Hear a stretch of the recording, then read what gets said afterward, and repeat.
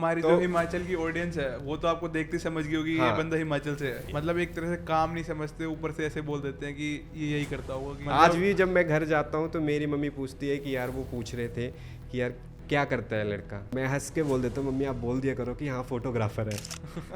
एकदम कोर्स करने के बाद मेरे पास काम नहीं आ सकता था। कौन देगा मेरे, कौन जाता है यार, टैग तो नहीं लगता ना सर हमारे माथे पे कि मैं एक वीडियो एडिटर हूँ। बिल्कुल।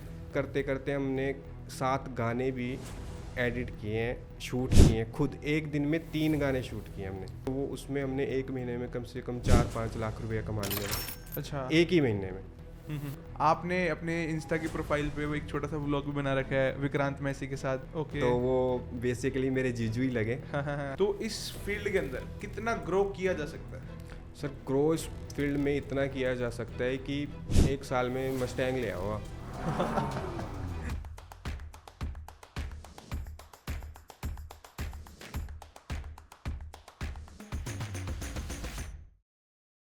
नमस्कार दोस्तों, आज इस वीडियो के अंदर हम videography, photography, thumbnail designing, graphic designing, जो भी इस फील्ड के अंदर होता है ना, सारी की सारी चीज़ों के बारे में डिस्कस करेंगे। अगर कोई बंदा इस फील्ड के अंदर नया है और उसको ग्रो करना है, कैसे ग्रो करते हैं, सारी की सारी चीज़ें हम यहाँ पर डिस्कस करेंगे। उसके 90 to 95% डाउट सारे के सारे क्लियर हो जाएंगे।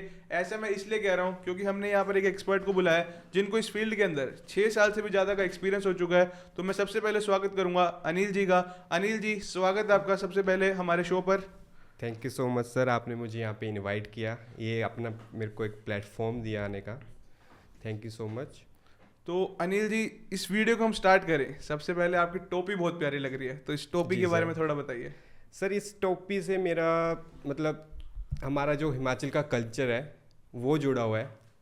ये हमारे कल्चर की टोपी है, हिमाचली टोपी। ओके। और सर ये टोपी अलग अलग डिस्ट्रिक्ट है, 12 डिस्ट्रिक्ट है हमारी, अलग अलग डिस्ट्रिक्ट की अलग अलग टोपियाँ होती हैं। तो ये मंडी की है बेसिकली। ओके।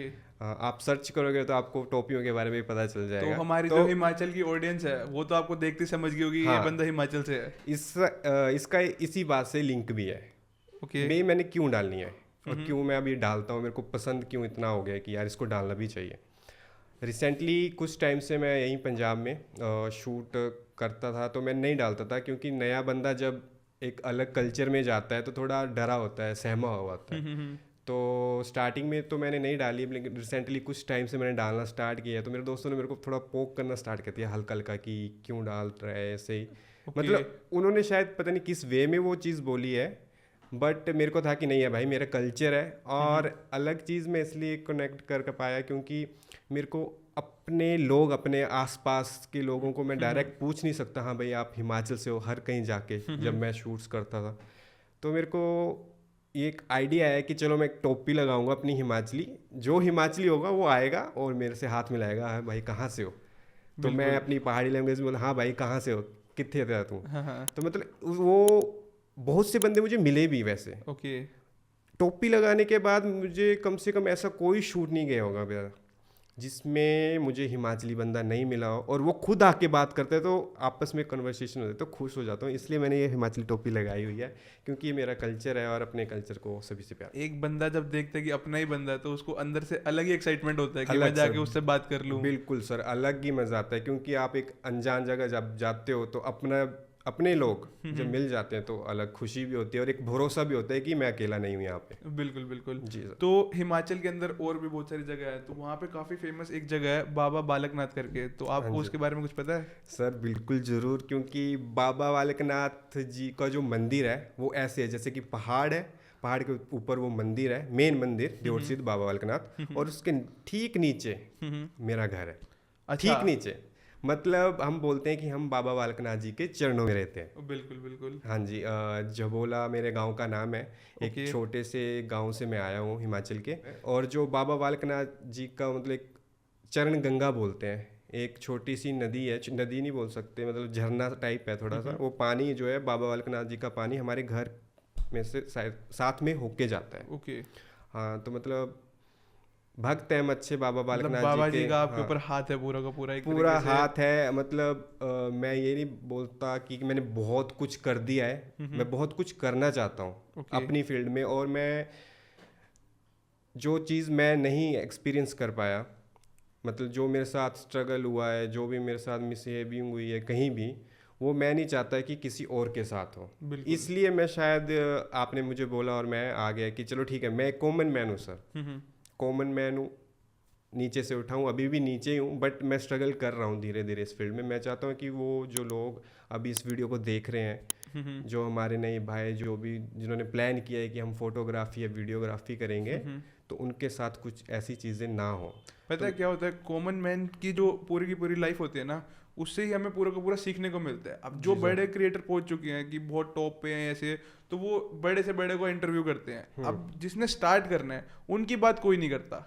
जी तो सर, हमारा मेन मोटिव ही यही है कि बिल्कुल स्टार्ट कैसे करें और उसको ग्रो कैसे किया जाए।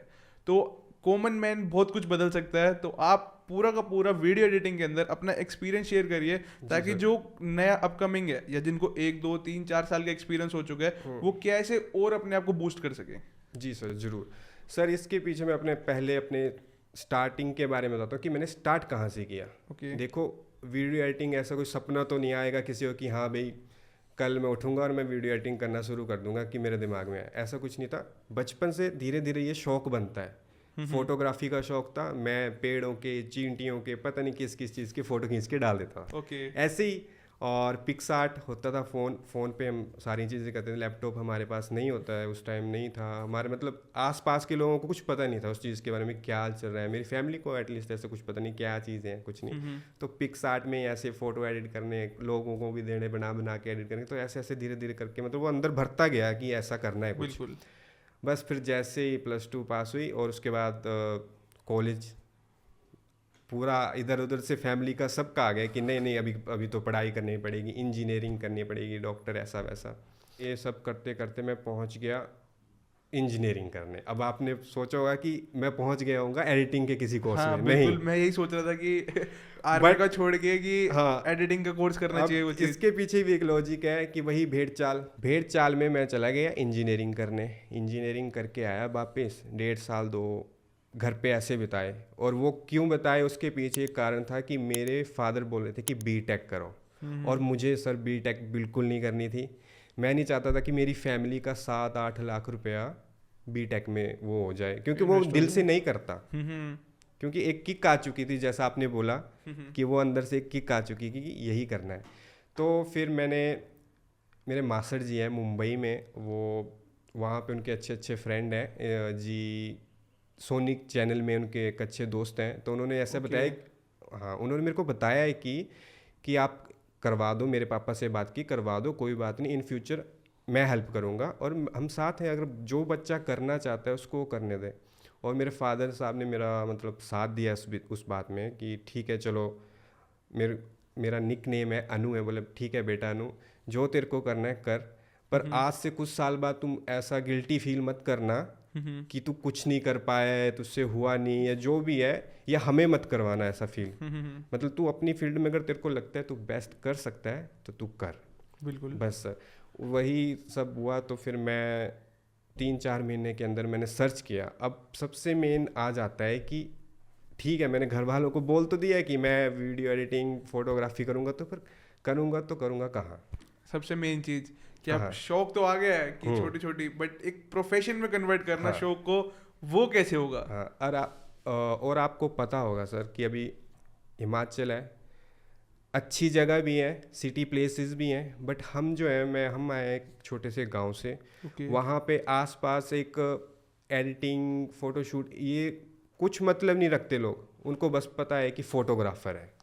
आज भी जब मैं घर जाता हूँ तो मेरी मम्मी पूछती है कि यार, वो पूछ रहे थे कि यार क्या करता है लड़का, मैं हंस के बोल देता हूँ मम्मी आप बोल दिया करो कि हाँ फोटोग्राफर है। पर अब ये बात हम सबको नहीं समझा सकते कि फोटोग्राफर के अंदर ही बहुत से लोग हैं, मतलब मेरे अंदर ही बहुत सी चीज़ें हैं। यहाँ पे सबको पता है कि वीडियो एडिटर कौन है, फोटोग्राफर कौन है, ग्राफिक डिज़ाइनर कौन है, हमारे अलग अलग फील्ड में कौन कौन क्या क्या चीज़ें करता है, लेकिन गांव में तो फोटोग्राफर ही है। मतलब एक तरह से काम नहीं समझते, ऊपर से ऐसे बोल देते हैं कि ये यही करता होगा कि हाँ यही है। और मैं स्टार्ट की जर्नी बताता हूँ कि कहाँ से फिर ये आइडिया आया। मैंने सर्च किया, गूगल खोला, सर्च किया बेस्ट। अब मेरे को 2 जगह मिली, एक तो मुंबई और एक चंडीगढ़। कि इन 2 जगह तू जा सकता है, हम तेरे को अलाउ करते हैं कि इससे बाहर नहीं, क्योंकि मुंबई में मेरे रिलेटिव्स थे और चंडीगढ़ में भी मेरे रिलेटिव्स थे। ठीक है। तो मैंने सर्च मारा, सर्च मारते मारते मैं चला गया गूगल पे सर्च करके जी इंस्टीट्यूट है एक। ओके। मैंने ऑनलाइन भरा। सबसे पहले तो मैंने ये डिसाइड किया कि मुझे करना क्या है इस चीज़ में। अब एडिटिंग में भी, फोटोग्राफी में अलग अलग फील्डें हैं, बहुत सी फील्डें हैं। एक हो गया 3D हो गया, 2D हो गया, कंपोजिशन। बिल्कुल, एक तरह से बहुत गहरा समंदर है कि खुद ही नहीं पता होता कि क्या क्या चीजें सीखे बंदा। अब कई कई बिगिनर्स ऐसे होते हैं जिनको शौक होता है कि एडिटर बनना है। आज के टाइम में ट्रेंड आ चुका है कि मेरे को ये भी करना है, वो भी करना है, बट उन्हें ये समझ नहीं आती कि क्या क्या करूं। वो करते ही रहते कुछ भी अलग सीख ले, ये सीख ले, वो सीख ले, बट इन दी एंड पैसा कैसे कमाए, तो उसके बारे में बताना। वो भी सर हम आपको ज़रूर बताएंगे कि पैसा कैसे कमाए। मैं आपको ये बता देता हूँ कि जी इंस्टीट्यूट से मैंने अपना कोर्स किया, और कोर्स करके मैं आगे बढ़ता हूँ डायरेक्ट, कि कोर्स करके मैं सीधा चला गया पैसा कमाने के बाद, क्योंकि कोर्स हो गया मेरा। पैसे उनको मैंने पैसे दिए, कोर्स किया, कोर्स ख़त्म। 6-7 महीने में मेरा, मैंने छोटा सा कोर्स लिया। कोर्स बड़े भी होते हैं बट जितना हमारा बन पाता था मैंने उतना सा किया, कोर्स किया, और उसके बाद आ गया मुझे अब पैसा कमाऊँ, क्योंकि यहाँ पे आए हुए मुझे 6 से 7 महीने हो चुके थे। अब मेन बात आ गई कि पैसा। अब पैसा खुद कैसे बनाऊँ। कोर्स भी हो गया, मेरा सपने का जो मैंने अपने घर वालों को फोर्स किया वो सब हो गया। अब बात आती है कि रिजल्ट दो। तो मैंने धीरे धीरे सर स्टार्ट किया वेडिंग्स में जाना। किसी तरह मेरा लिंक बन चुका था, जिस लिंक के थ्रू मैं कोर्स करने गया था जिस इंस्टीट्यूट में, वहीं से मेरा एक लिंक बन गया छोटा सा। और एक दिन बस ऐसे ही कॉल आ गया शाम को कि ऐसे ऐसे शूट है, आप आ सकते हो। मैंने कभी कोई एक्सपीरियंस नहीं, मेरे पास कभी कोई एक्सपीरियंस नहीं था फोटोग्राफी का या किसी भी। एडिटिंग में था, एडिटिंग में सीख रहा था, तो उसमें मेरा कोई एक्सपीरियंस नहीं था। फील्ड पे जाने का एक्सपीरियंस नहीं था कि हाँ। जैसे आपको फील्ड पे जाना है शूट करने किसी का। हाँ। जैसे शादी चल रही है, अब शादी का जी, शूट जी। लेना है, तो उसका एक्सपीरियंस नहीं था। जी, मतलब मैं मना कर सकता था उस टाइम, क्योंकि मैं एक वीडियो एडिटर था। बट मैंने फिर एक अलग वो दिमाग लगाया, थोड़ा सोचा कि यार ये भी फील्ड अच्छी है, इसमें भी पैसा कमा सकता हूँ, क्योंकि एकदम कोर्स करने के बाद मेरे पास काम नहीं आ सकता था। कौन देगा मेरे, कौन जाता है यार, टैग तो नहीं लगता ना सर हमारे माथे पे कि मैं एक वीडियो एडिटर हूँ। बिल्कुल। तो मैंने बोला ठीक है अभी फील्ड में घुसते हैं। चला गया, कैमरा लिया उनसे, उन्होंने दिया, ऑटो पे चला दिया, किसी को कुछ पता नहीं, पर मैं चला रहा हूँ। हम कभी भी कुछ काम करते हैं तो लोगों को कमज़ोरियाँ नहीं दिखानी चाहिए। बिल्कुल। नया बंदा आके सर मेरे को ये नहीं आता, मैंने बोला नहीं कर लूँगा, बस ऑटो पे चलाया मैंने, किस तरह वो शूट किया, और शाम को 500 रुपये हाथ में मिल गए। तो एक उस टाइम बड़ी खुशी हुई होगी कि पहली कमाई एक तरह से। हाँ, तो वो पहली कमाई, इतनी खुशी हुई। मैं ब्लॉगिंग भी करता हूँ, तो मैं ब्लॉग भी कर रहा था ऐसे ही, और मैंने सब बताया कि मंदिर गया मैं, वो पहली कमाई रखी। तो आप जैसे शूट्स होते हैं, वीडियो एडिटिंग होगी, तो आपने अभी किसी बड़े क्रिएटर के साथ शूट किया हो या किसी बड़े क्रिएटर की वेडिंग में आपने रिकॉर्ड किया हो, कुछ ऐसे अपना एक्सपीरियंस बताइए। सर एक्सपीरियंस बहुत सारे हैं। अभी एक दीप जांडू करके सिंगर है, तो उनकी सिस्टर की मैरिज थी यही पंजाब में। ओके। वो मैंने शूट की हुई है। पंजाब के आईजी हैं, उनके बेटे हैं, तो उनका और निंजा का रिलेशन, निंजा जो सिंगर है उनका रिलेशन बहुत अच्छा है। तो 3 से 4 दिन हम सभी इकट्ठे ही थे, हमने बढ़िया शूट किया, बढ़िया सब हो गया। तो मतलब एक बड़े बड़े क्रिएटरों से मुझे मिलने का मौका भी मिला इस इंडस्ट्री में। ऐसा नहीं है कि एक वीडियो एडिटर फोटोग्राफर सीमित है, असीमित हो जाता है किसी टाइम पे जाके वो। मतलब लगे रहो तो आउटपुट्स भी मिलते हैं। मैंने मतलब लाइफ में कभी सोचा नहीं था कि मैं इन लोगों से फेस टू फेस मिल सकता हूँ, नहीं सोचा था, हुआ एक्चुअल में, तो मतलब अच्छा लगा मेरे को। आपने अपने इंस्टा की प्रोफाइल पे वो एक छोटा सा व्लॉग भी बना रखा है विक्रांत मैसी के साथ, तो उनसे कैसे मुलाकात हुई आपकी? सर वो मेरे सिस्टर है, मतलब पास में ही घर है, मेरे ताया जी लगते हैं। सिस्टर है वो 2011 की मिस हिमाचल है। ओके।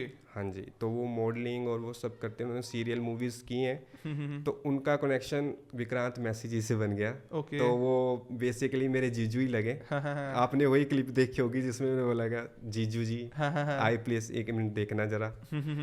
तो उस तरह से उनके साथ भी बन गया मेरा। और मेरा नाम जानू भाई है वैसे, मतलब मैं अपने वहाँ पे थोड़ा जानू भाई के नाम से फेमस हूँ, तो इसलिए फिर मैं ब्लॉग बना रहा था, वो एक वेडिंग में आए हुए थे। तो ब्लॉग बनाते बनाते मैं उनके पास, वो मेरे को जानते थे क्योंकि मेरे बारे में दीदी बताती रहती थी कि हाँ ये ऐसा करता है वैसा करता है, क्योंकि मेरे को शौक था ना, बचपन से शौक था, तो उन्होंने देखा हुआ था कि ऐसा ऐसा करता है, इसको बहुत शौक है इस चीज़ का। तो मैं एक्साइटेड था, वो मुझसे मिले, गले लगे हम दोनों, मतलब बहुत इन्जॉय किया हमने उस टाइम, बहुत इन्जॉय किया, इसलिए उनके साथ मेरा रिलेशन है। हाँ बस। तो अब इस फील्ड के अंदर जैसे आप अपना एक्सपीरियंस शेयर करना चाहोगे कि अगर कोई नया क्रिएटर है, मतलब बिल्कुल उसको 0 ईयर्स का एक्सपीरियंस है, चाहे वो थंबनेल में जाए, चाहे वो वीडियो एडिटिंग में जाए, चाहे वो किसी भी मतलब फोटोग्राफी में जाए, चाहे किसी का शूट करे, प्री वेड करे, या किसी की वीडियो एडिट करे, कुछ भी, तो अपना एक्सपीरियंस उसको क्या देना चाहोगे आप? सर एक्सपीरियंस में ये देना चाहता हूँ, सबसे पहले तो एक दिल बना के काम करिए, मतलब जो भी काम करना है दिल से करना है, ऐसे नहीं कि हाँ उसने बोला मैंने कर दिया।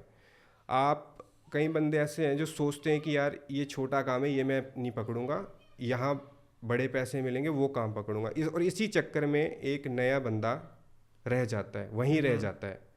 अब मैं आपको बात बताऊं कि हमने स्टार्ट किया था छोटी छोटी चीज़ों से, जैसे वेडिंग पकड़ ली, उसके एडिट कर दिए, उसके बाद करते करते हमने 7 गाने भी एडिट किए हैं, शूट किए हैं, खुद एक दिन में 3 गाने शूट किए हमने खुद। आपने शूट भी किए हैं पूरे? शूट भी किए और एडिट भी किए हैं, तो वो उसमें हमने एक महीने में कम से कम 4-5 लाख रुपया कमा लिया था। अच्छा। एक ही महीने में। और वो गॉड गिफ्टेड था कि हमारी मेहनत थी, वो तो अब ऊपर वाला ही जानता है, बट हमने कर लिया था क्योंकि हमें क्लाइंट इतना अच्छा मिल चुका था। तो वही है कि कनेक्शन अच्छे होने चाहिए इस फील्ड में। ओके। आपको गलत कनेक्शन भी मिलेंगे इस फील्ड में। अच्छा, जैसे कि अपना कोई एक्सपीरियंस शेयर कीजिए। मेरा गलत एक्सपीरियंस काफ़ी, मतलब ठीक भी रहा है, कई जगह मैं बुरा भी मेरे साथ हुआ है, गलत एक्सपीरियंस काफ़ी हुए हैं वैसे तो। मैं आपको भी रिसेंटली बताता हूँ, बट मैं नाम नहीं लूँगा क्योंकि आपको पता है अभी भी उनके साथ मेरे अच्छे रिलेशन है, बट इन मतलब पैसों के मामले में थोड़ा मेरा हो गया था। ओके। तो मैं एक स्टूडियो में काम करता था, तो वहाँ पे ओवर टाइम लगता था, सैलरी तो थी बट ओवर टाइम कब था, क्योंकि एक टाइम पे आके मैं पूरा सीख चुका था। अब वो चीज़ उनको भी पता है कि यार ये बंदा इतना टाइम से मेरे साथ है, सीख चुका है, अब इसको ओवर, तो उसमें मेरे को ओवर टाइम नहीं मिला। तो वो ओवर टाइम के मतलब पैसे जो थे वो उन्होंने नहीं दिए, और मतलब ऐसे छोटे छोटे होते रहते हैं केसेस। इससे पहले मैंने 2 महीने पहले एक फ्रीलांसर काम पकड़ा हुआ था। ओके। सारा काम कर दिया, डन कर दिया, और उसमें मेरी गलती ये रह गई कि मैंने उनको जो फाइनल प्रोडक्ट था उसमें कोई वाटर मार्क नहीं लगाया, ऐसे पकड़ा दिया और भरोसा रखा एक। तो उसमें भी मेरे साथ बहुत धोखा मतलब हो गया, मतलब तो 15-16 हज़ार का। उस केस में क्या हुआ फ्रीलांसिंग वाले केस में कि आपने बंदे को पूरा का पूरा सारी की सारी चीजें एडिट करके दे दी और उसने पैसे नहीं दिए, तो उस गलती से कैसे बचा जा सकता है? उस गलती से सर ऐसे बचा जा सकता है, जब भी आप कोई भी चाहे फ्रीलांसिंग काम करो, चाहे किसी कंपनी के थ्रू काम करो, कंपनी में भी आपकी अपनी कंपनी है, किसी कंपनी में आप काम करते हो, तो कभी भी किसी को भी फाइनल प्रोडक्ट जब आप दिखाते हो, सिर्फ दिखाते हो, अगर आपको उनसे कोई पैसा नहीं आया, दिखाते हो, तो आप एक वाटर मार्क लगा के दो, क्वालिटी लो करके दो। 2 चीज़ें हैं बचने की।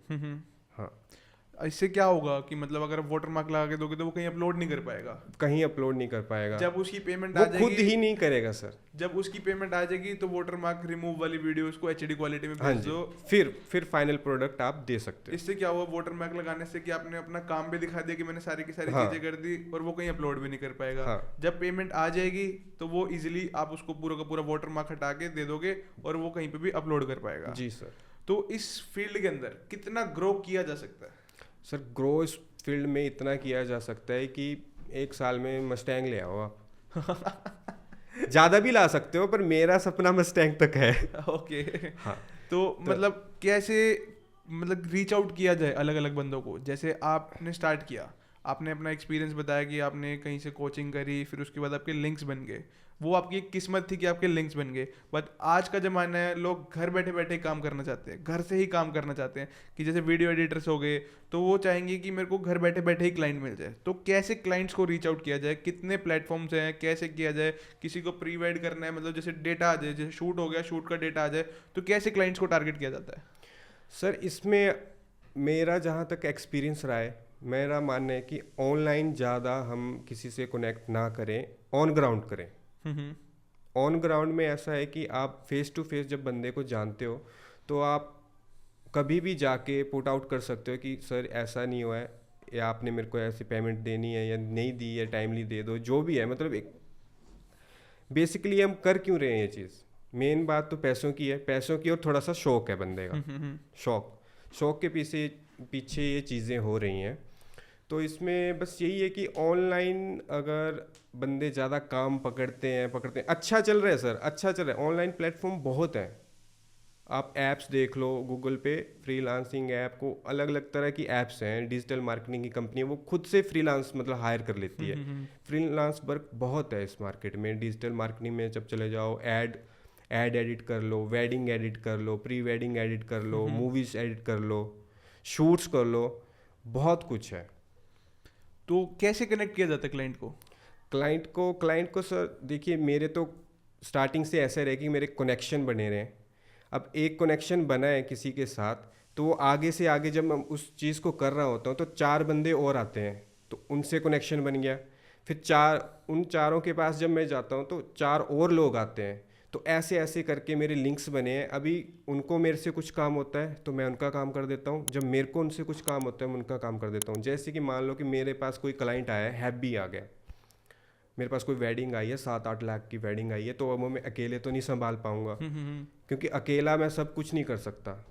तो वैसे ही मैंने अपने फ्रेंड्स को बोलना है कि आप ये कर दो, ये कर दो, ये कर करके हम मिक्सअप कर लेते हैं। मतलब 30% मैं पैसा खुद के पास रखूँगा, 70% पैसा मैं डिस्ट्रीब्यूट कर लूँगा, क्योंकि काम एक ही नहीं है, एक बंदा अकेला सारा काम नहीं कर पाता है। तो इसी तरह आप क्लाइंट से कनेक्ट हो सकते हो, क्योंकि आपने उसका अच्छा काम किया। अब बात आती है काम की, अगर आप अच्छा काम करोगे वो ही क्लाइंट आपको दूसरा क्लाइंट ला के देगा। एक गारंटी, 100% गारंटी, अगर आप अच्छा करोगे। अब इसमें मैंने ऐसा किया कि पैसे डिस्ट्रीब्यूट कर दिए। वो पैसे रखने को तो मैं अकेले भी रख के खा सकता था, अपनी तरफ से पूरा कुछ इधर उससे जुगाड़ लगा के, बट मैंने एकदम प्रोफेशनल काम किया सर। मैंने 4 बंदों को और प्रोफेशनल बंदों को ले जाके अच्छा काम क्लाइंट को दिखाया, और क्लाइंट ने अगली बार क्लाइंट ने मेरे को अगली बार एक और वेडिंग दी। तो अनिल जी, मेरे को यहाँ पर एक चीज़ बताइए, अगर किसी को 0 ईयर्स का एक्सपीरियंस है जी, तो वो कैसे अपनी लाइफ में इस पूरी की पूरी फोटोग्राफी, वीडियो एडिटिंग, जितनी भी ये सारी चीज़ें हैं, इसके अंदर कैसे वो ग्रो कर सकता है? ठीक है सर जैसे एक ग्राफिक डिज़ाइनर है, अब वो ग्राफिक डिज़ाइनर को सबसे पहले तो कोर्स, जैसे कोर्स हो गया उसका, तो उसको जो कोर्स में सॉफ्टवेयर्स होते हैं, फोटोशॉप हो गया, इलस्ट्रेटर हो गया, वो उसको बिल्कुल सही से आने चाहिए। ठीक है। अब बात आ गई, ओके उसको वो आ गए, उसके बाद उसको पैसा कहाँ से कमाना है। कमाने के बहुत से तरीके हैं एक ग्राफिक डिज़ाइनर के लिए। आप किसी बड़े यूट्यूब चैनल के थंबनेल्स बना दो, ठीक है। आप किसी भी बंदे, किसी भी कंपनी के इंस्टाग्राम हैंडलिंग कर सकते हो खुद से, उसकी पोस्टें बन सकती हैं। एक पोस्ट कम से कम 5-5, 6-6 हज़ार की जाती है, सिंगल एक पोस्ट एडिट करने का। और इसमें कुछ लोग गलतियां ये कर देते हैं कि कॉपी पेस्ट वाला आजकल बहुत चल रहा है, कि उस कंपनी ने वैसा किया है तो मैं भी ऐसा बना के क्लाइंट को दे देता हूँ। बट एक अच्छे एडिटर को, एक ग्राफिक डिज़ाइनर को अपने अंदर की क्रिएटिविटी जब वो दिखाता है, वो एक अलग ही बन के निकलती है। बिल्कुल। जब कुछ चीज़ अलग बन के निकलती है, आपको पता है उसी की ही तारीफ होती है। बिल्कुल। जब कोई भी इंसान एक दुनिया से हट के कोई काम करता है, तब वो उस चीज़ में बहुत बेस्ट होता है। तो इसमें इतना पैसा है कि आप बोल नहीं सकते। अभी लास्ट टाइम एक मेरी लास्ट कंपनी जो जिसमें अभी मैं जॉब कर रहा हूँ, उनकी एक ऐड गई है, फ्रंट पेज में चंडीगढ़ में आई है 25 से 26 जनवरी को। तो वो लाखों की ऐड है सर, और वो मेरे सर हैं, उन्होंने वो बनाई ऐड। तो बहुत खुशी होती है जब वो लाखों की ऐड एक तो पूरे मार्केट में भी आती है, और पैसा अब आप लगा ही सकते हो हिसाब, 26 जनवरी को जब वो कोई ऐड आई होगी तो कितना चार्ज किया होगा। मतलब इस थंबनेल डिजाइनिंग के अंदर भी बहुत स्कोप है, काम की कोई कमी नहीं है। कोई कमी नहीं है सर। अभी मैं मान के चलूँ, कुछ लोग सोच रहे होंगे कि बस यूट्यूब और इंस्टाग्राम तक ही सीमित है। नहीं सर, यूट्यूब और इंस्टाग्राम तक ही सीमित नहीं है। अभी आप कहीं भी चले जाओ, बड़े बड़े शहरों में बड़े बड़े बैनर्स लगे होते हैं, मूवीज़ के आप पोस्टर बना सकते हो, सॉन्ग्स के पोस्टर आप बना सकते हो। मतलब ये नहीं 5,000 तक ही सीमित है।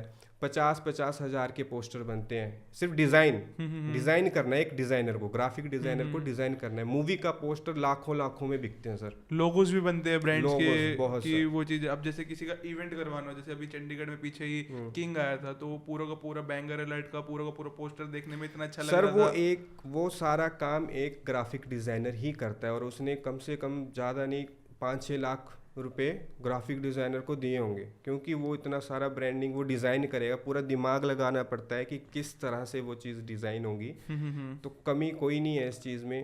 आप इस फील्ड में अच्छे ग्रो कर सकते हो अगर आप ग्राफिक डिज़ाइनर बनना चाहते अच्छा, हो। जैसे अब ग्राफिक डिजाइनर की बात हो रही है, तो इस फील्ड में जैसे जब नए बंदे आते हैं तो गलतियां क्या क्या करते हैं? सर गलतियाँ ये करते हैं कि वो पहले तो स्टार्टिंग में लोग, जैसे मैंने एक गलती कर दी थी स्टार्टिंग में कि जब मैं कोर्स कर रहा था तो मैंने ज़्यादा ध्यान नहीं मारा। अब मैं उस चीज़ में फिर से रिकवर कर रहा हूँ, ध्यान मार रहा हूँ कि नहीं यार, उस टाइम मैंने ये चीज़ सीख ली होती तो अगर कोई नया बंदा आता है, आपको अगर ग्राफिक डिज़ाइनर बनना है, जो आपके सॉफ्टवेयर्स हैं उनको एकदम अच्छे से एक्नॉलेज कर लो, ताकि आपको इन फ्यूचर कभी कोई गलती ऐसी ना हो। किसी आप बड़ी कंपनी में जा रहे हो, पीछे बॉस खड़ा है, भाई ये करके देना, और आप गूगल सर्च कर रहे हो, तो वो एक बहुत ऑकवर्ड हो जाता है। उसके बॉस के माइंड में एक बात आ जाएगी कि नहीं, शायद ये इसको अच्छे से नहीं आता, तो आपको किक आउट कर देगा। ओके। तो वहाँ पे वो आप एक बहुत बड़ी गलती कर रहे हो अपने ही फील्ड में आप अच्छा काम ना करके। ये तो हो गई हमारी ग्राफिक डिजाइनिंग की बात। अगर हम पर्टिकुलरली वीडियो एडिटिंग की बात करें तो उसमें क्या आप अपनी एक्सपर्टीज देना चाहोगे, अगर कोई बंदा जीरो से स्टार्ट कर रहा है तो? सर उसमें हम स्टार्ट कर सकते हैं सबसे पहले एक छोटे से छोटे काम को लेके। मतलब काम कोई भी छोटा या बड़ा नहीं होता। आप स्टार्ट कर सकते हो वेडिंग से। ओके। वेडिंग से आप स्टार्ट करो। मैंने भी वेडिंग से स्टार्ट किया था। मेरा जहाँ तक एक्सपीरियंस रहा कि वेडिंग से आप स्टार्ट करो। उसमें क्योंकि आप शूट भी करते हो, एडिट भी करते हो, ऑन ग्राउंड जितनी भी एडिटिंग होगी, गलती मिस्टेक होगी, वो आपको बता दिए जाएंगी। तो वहाँ पे आपको कम चार्जेस होते हैं, छोटे लेवल के चार्जेस, पर कंफर्टेबल होते हैं। उसके बाद आप जा सकते हो एड्स एजेंसी में। एक एडिटिंग, कट पेस्ट करना, सब कुछ आ गया, म्यूजिक वगैरह, साउंड इफेक्ट्स लगाना, जो भी है, जितना भी उसमें एडिटिंग में जो भी रहता है वो सब करना आ गया। उसके बाद आप जा सकते हो एड एजेंसीज में। ओके। वहाँ पे आप थोड़ी क्रिएटिव एड्स बनाना स्टार्ट कीजिए। जैसे कि मैंने मिंत्रा में, मेरा फर्स्ट वेडिंग में मैं कर ही रहा था, पर मैं उसके बाद में गया मिंत्रा में। वहाँ पे टेम्पलेट्स होते हैं। मिंत्रा जो ब्रांड है पूरा का पूरा, हाँ, जैसे हम कपड़े मंगवाते हैं कि, हाँ, तो आपने उसमें भी काम किया हुआ हाँ, है? मिंत्रा बेस्ड, मतलब कॉन्टैक्ट बेस्ड स्टूडियो था, एक नोइसी स्टूडियो, खरड़ में ही है। तो वहाँ पे मैंने काम किया। तो वहाँ पे मैंने 3500 प्लस वीडियो बनाई हैं। और वो अपलोडेड है मिंत्रा पे? हाँ, अपलोडेड है। ओके। तो वो, और जो मेरा वो बॉस था वो मेरे से कम एज का था, तो उसके कनेक्शन अच्छे थे, तो उन्होंने कुछ करके वो एक स्टूडियो खोला है। वहाँ पे 10 बंदे बिठाए और एडिटिंग करवा रहा है वो बंदे से। मेन बात इसमें कॉन्टैक्ट की भी होती है कि हाँ, किसी के साथ कॉन्टैक्ट हो, तो इसमें भी काफ़ी पैसा है। तो उस टाइम मेरे को वो 15,000 चार्ज करते थे उस टाइम। ओके। अभी वो शायद वो जो लोग वहाँ पे लगे होंगे तो वो अभी 35-40 हज़ार ले रहे होंगे ओके। On ground. तो बेसिकली देखा जाए तो काम की कमी नहीं है। मिंत्रा को भी अपनी वीडियो एडिटिंग करवानी है, अलग अलग प्लेटफॉर्म से, फ्लिपकार्ट, अमेजोन, सब कुछ ना कुछ कंटेंट तो आ ही रहा है, कोई ना कोई एड्स भी बना रहा है, यूट्यूब पे भी एड्स देखते हैं। तो वीडियो एडिटिंग की काम की कमी तो नहीं है? नहीं सर, बिल्कुल नहीं काम की तो कमी। इस फील्ड में मतलब जैसे कोई बंदा बिगनर है तो उसको क्या क्या चीज़ें आनी चाहिए? जैसे लेट सपोज मैंने आज स्टार्ट किया वीडियो एडिटिंग काम, तो मेरे को क्या क्या सॉफ्टवेयर्स आने चाहिए, मेरे पास क्या क्या चीज़ें होनी चाहिए ताकि मैं अपने आप को आगे ग्रो कर सकूँ? सर सबसे पहले तो अगर एक वीडियो एडिटर है उसके पास अपना एक सेटअप होना चाहिए। ठीक है। नॉर्मल सेटअप आ जाता है, 1-1.5 लाख में बन जाता है normal setup.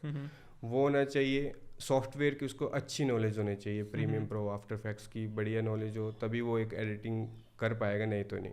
Colour grading, quality matters करती है कि कोई भी क्लाइंट आता है वो उसको सिर्फ कम पैसों में अच्छी क्वालिटी चाहिए, वो आप दो। अपने सभी क्लाइंट्स को मतलब ऐसे अच्छी क्वालिटी ही देनी चाहिए अगर आप ग्रो करना चाहते हो इस फील्ड में। ऐसा नहीं कि क्लाइंट से ज़्यादा पैसे ले लिए और कम क्वालिटी दिए, नेक्स्ट टाइम वो आपके पास कभी नहीं आएगा। ठीक है। ये भी एक मतलब गलतियाँ कर देते हैं लोग यहाँ पे। अगर आप अच्छे पैसे कमाना चाहते हो, अच्छा काम दोगे, मतलब क्लाइंट से आप किसी बजट पे, मतलब एक छोटा सा बजट दिया उसने, आपने एक अच्छा काम करके दिया, बजट से ऊपर काम करके जब आप किसी को देते हो ना, अपने दिल से काम करके, तो वो नेक्स्ट टाइम आपको डबल काम देता है। बिल्कुल। तो एक तरीका है ये भी एक कमाने का।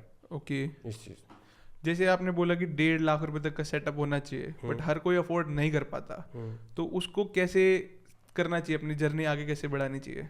सर अगर कोई अफोर्ड नहीं कर पाता है तो सबसे मैंने भी मेरा भी एक टाइम था जब मैं अफोर्ड नहीं करता था, नहीं कर पाया, तो मैंने एक जॉब ज्वाइन की, कोई भी जॉब एडिटिंग की ज्वाइन की। वहीं पे मैं पहले ऑफिस का काम करता था, उसके बाद मैं अपना काम कर लेता हूँ। तो मतलब एक तरीका है काम करने का। मैं नहीं बोल रहा कि जाके पहले सेटअप लो तभी तुम एडिटिंग कर पाओ, वो मेरा तरीका था। क्योंकि ओवर टाइम में मैंने अपना काम किया, बिल्कुल, और वो डिलीवर किया, और धीरे धीरे जैसे बंदे के पास पैसे इकट्ठे हो जाते हैं फिर वो बाय कर लेता है। तो मतलब ऐसा नहीं है कि हाँ, सॉफ्ट एक होना ही चाहिए कि मतलब हाँ, अगर आपने आगे ग्रो करना है तो आपके पास ये बेसिक रिक्वायरमेंट्स होनी ही चाहिए। पर्सनल सेटअप इसलिए होना चाहिए कि सर क्योंकि हर टाइम हम ऑफिस के सेटअप पे काम नहीं कर सकते हैं। हर टाइम क्लाइंट कभी भी कुछ चेंज बोल देगा, आप नहीं कर पाओगे। अगर पर्सनल रहेगा तो आप कभी भी एडिटिंग कर सकते हो, कभी भी आप डिलीवरेबल्स दे सकते हो। ये है, बट ये है कि अगर कोई नहीं कर सकता है बाय, तो सर आप ऑफिस से वो काम कर सकते हो, अपने ऑफिस से या कैसे भी जुगाड़ करके, इतना तो कर ही सकता है। बिल्कुल बिल्कुल बिल्कुल। तो जो वीडियो एडिटिंग की जो हम बात कर रहे हैं यहाँ पर, इसके अंदर किस किस तरीके का काम आता है? जैसे आपने बोला कि मिंत्रा काम आ गया, यूट्यूब चैनल्स हो गए, तो और भी क्या क्या काम होते हैं मार्केट में? प्री वेडिंग आते हैं sir. Okay. Pre wedding shoots होते हैं तो उनकी एडिटिंग आ जाती है। वेडिंग की एडिटिंग होगी। वैसे कितनी बड़ी बात है, प्री वेडिंग की आपने बात करी। अब इंडिया के अंदर पता नहीं लाखों शादियां हो रही होती लाखों है। शादियां, जब सीजन आता है तो रोज ही शादी हो रही है, तो वीडियो एडिटर चाहिए ही चाहिए सर। तो मतलब काम की तो कमी नहीं है एडिटिंग के उसके अंदर सर। एडिटिंग में बिल्कुल कमी नहीं है, बस लोग कम है एडिटिंग वाले। मतलब देखने को तो चले थे कि हाँ बहुत सारे हैं, पर नहीं है, बहुत ज़्यादा कमी है। मैं आपको बताता हूँ, रिसेंटली ऐसा हो चुका था कि नेक्स्ट सीजन आ चुका था लेकिन पिछले डिलीवरेबल हम नहीं दे पाए। ओके। इतना हो चुका था, इतना काम था। तो थोड़ा और भी फील्ड्स के बारे में बताइए, जैसे यूट्यूब हो गया, प्री वेडिंग हो गई, और आपने मिंत्रा के जैसे वो हो गए, तो और कहाँ कहाँ हम अप्लाई, मतलब कहाँ कहाँ से हम काम ले सकते हैं वीडियो एडिटिंग का? सर मूवीज़ में आप ले सकते हो, मूवीज़ म्यूज़िक इंडस्ट्री में आप जा सकते हो। मैंने भी म्यूज़िक इंडस्ट्री में भी काम किया है, मैंने बताया था आपको कि गाने की एडिट, तो आप उसमें भी जा सकते हो। मतलब आपने घाट घाट का पानी पिया हुआ है, थंबनेल्स भी बनाए हुए हैं आपने, मतलब वीडियो एडिटिंग भी की हुई है। तो जैसे आपने प्री वेड का बोला आपने, तो जैसे फोटोग्राफर्स होते हैं जो फोटो खींचते हैं शादी में, तो वो भी एक तरह से काम ही है। हाँ जी, हाँ जी। तो उसके बारे में थोड़ा एक्सपीरियंस बताइए कि अगर आपने कुछ किसी शादी वगैरह की शूटिंग की हुई हो, क्योंकि वो भी तो चार्ज करते हैं शूट करने का सारा, वो भी एक तरह से काम है, तो उसमें कैसे ग्रो किया जाए? सर उसमें स्टार्टिंग तो कैमरा की स्टार्टिंग या तो यहीं से होती है। मैंने तो यहीं से की थी, वेडिंग से ही ओके स्टार्ट किया शूट करना धीरे धीरे। मतलब थर्ड कैमरा मैन होता था मैं, एक्स्ट्रा में। ओके। मेन नहीं, एक्स्ट्रा में। मतलब एक सीखने स्टार्टिंग वहीं से होती है, वहाँ से मैंने सीखना स्टार्ट किया। तो गलतियाँ मैं देखता था। कलर ग्रेडिंग, जब हम ऑन कैमरा कभी भी शूट करते हैं तो उसमें कैल्विन वगैरह होता है, टेम्परेचर कैसे करना है, कलर कैसे सेट करने हैं, ये सब गलतियां बंदे कर देते हैं कि यार ऑटो पे रख के। बट ऑटो पे हर चीज़ नहीं चल पड़ती। जब तक आप उसमें मैनुअल नहीं करोगे ना, तो तब तक वो एक परफेक्ट शूट आप नहीं कर रहे हो। बहुत सी छोटी छोटी गलतियाँ हैं जो स्टार्टिंग में मैंने बहुत की थी। मैं ऑटो पे कर देता था और ऐसे शूट करके। और जब डबल कैमरा चलता है किसी भी वेडिंग में, डबल कैमरा अगर एक मैनुअल पे है और एक ऑटो पे है, जब आप एडिट करोगे तब वो मिक्सअप नहीं हो पाएगा, सेम क्वालिटी नहीं आ पाएगी। नहीं, बिल्कुल नहीं आएगी, क्योंकि लाइटों का फर्क हो जाता है कि लाइट कैसे सेट हो रही है उसके अंदर, तो अलग अलग, मतलब एक तरह से किसी ने कुछ डेटा रिकॉर्ड किया, किसी ने कुछ, वो मैच नहीं हो पाता। हाँ, और साथ ही साथ जैसे हम कोई चीज़ शूट करके आए हैं, तो वो शूट करके आए हैं, हमें वो डाटा साथ ही साथ कॉपी भी करना चाहिए इस लाइन में। क्योंकि क्लाइंट ने इतने सारे पैसे उसमें झोंके होते हैं अपने, लाखों, आजकल तो करोड़ों की वेडिंग हो रही है, लाखों की। तो पता चले कि उसका डेटा ही नहीं है डेटा आपके मिस हो पास गया कि... तो मतलब बिक गए आप तो फिर आप वो तो आपकी जान ले लेगा कि क्योंकि उस बंदे ने इतना पैसा लगाया। वो सारे घर वाले इतने एक्साइटेड होते हैं कि बच्चे की शादी की फोटो आएगी, वीडियो देखेंगे, ये करेंगे वो करेंगे। वैसे ऐसा होता है कि कभी डाटा नहीं मिला किसी शादी में? सर एक वेडिंग में हुआ था, बस दोनों तरफ से शांति पड़ी रही और कुछ नहीं हुआ। क्योंकि वो हमें नहीं बोल पाए, हम उनको नहीं बोल पाए, बस चुप्पी रही। मतलब ये कि वो क्लाइंट अच्छा था। ओके। पर ऐसा हर जगह नहीं होता है कि हाँ की गलती होगी, मान गया कि इंसान से गलती होती है। और वो भी सिर्फ हल्का सा पार्ट कट हुआ था 10-15 मिनट का। ओके। तो क्लाइंट मान गया उसके लिए, चलो ओके ठीक है कोई बात नहीं। क्योंकि बहुत बड़ी मेजर गलती हो जाती है अगर किसी का डाटा आप क्योंकि उसने अपनी पूरी फीलिंगें झोंकी होती हैं उस वक्त। बिल्कुल बिल्कुल बिल्कुल। अच्छा एक चीज़ बताओ, जैसे ये प्री वेड शूट्स होते हैं, ये वेडिंग का काम होता है, तो इसमें कितने पैसे चार्ज कर सकते हैं? इसमें सर 20,000 भी होते हैं, हम्म। 30 भी होते हैं, 40 भी होते हैं, 50 भी, मतलब ये प्री वेडिंग लाखों बता रहे तक। हो? हाँ, प्री वेडिंग का 20,000 से लेके आप लाखों तक जा सकते हो। अब 20,000 का होगा वहाँ पे आप कोई किराए वाला और शूट लोकेशंस नहीं होगी, नॉर्मल होंगी, लोकल, लोकल होंगी। जो फ्री ऑफ कॉस्ट होती है। ठीक है। क्योंकि अब अफोर्ड तो सभी नहीं कर पाते हैं, तो उसी हिसाब से हम फिर कैमरा यूज़ करते हैं, उसी हिसाब से सारा सेटअप होता है। जैसे जितना- कैमरे भी हैं तो वो भी अलग अलग क्वालिटी के आते हैं, जी क्योंकि सर। कैमरा 20,000 का भी आता है और एक 5 लाख का कैमरा भी आता है। तो अगर आपके पास महंगा कैमरा हो तो आप उसी हिसाब से रेट चार्ज करते हो? जी, उसी हिसाब से चार्ज करना पड़ता है सर, क्योंकि अगर आप मुझे किसी प्रोजेक्ट के लाखों रुपए दे रहे हो तो मुझे वो लाखों रुपए वाली क्वालिटी भी देनी पड़ेगी। बिल्कुल। ठीक है, वो जो कैमरा हम उठा के लाएंगे उसका मतलब मेंटेनेंस जो भी है वो हाई, मतलब हाई रिक्वायर्ड होगा, तो आपको उस टाइप की हम क्वालिटी भी देंगे।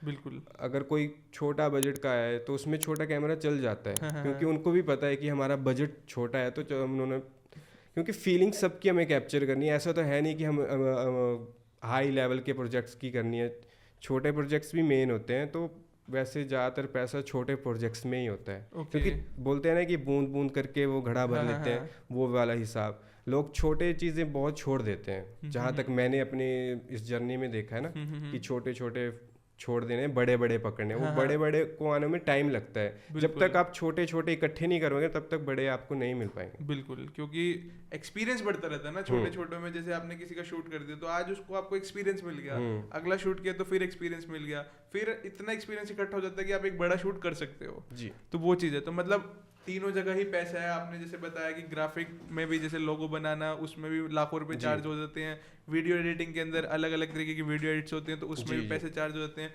फोटोग्राफी शादी वाला काम होगा तो उसमें भी पूरे के पूरे पैसे चार्ज हो जाते हैं।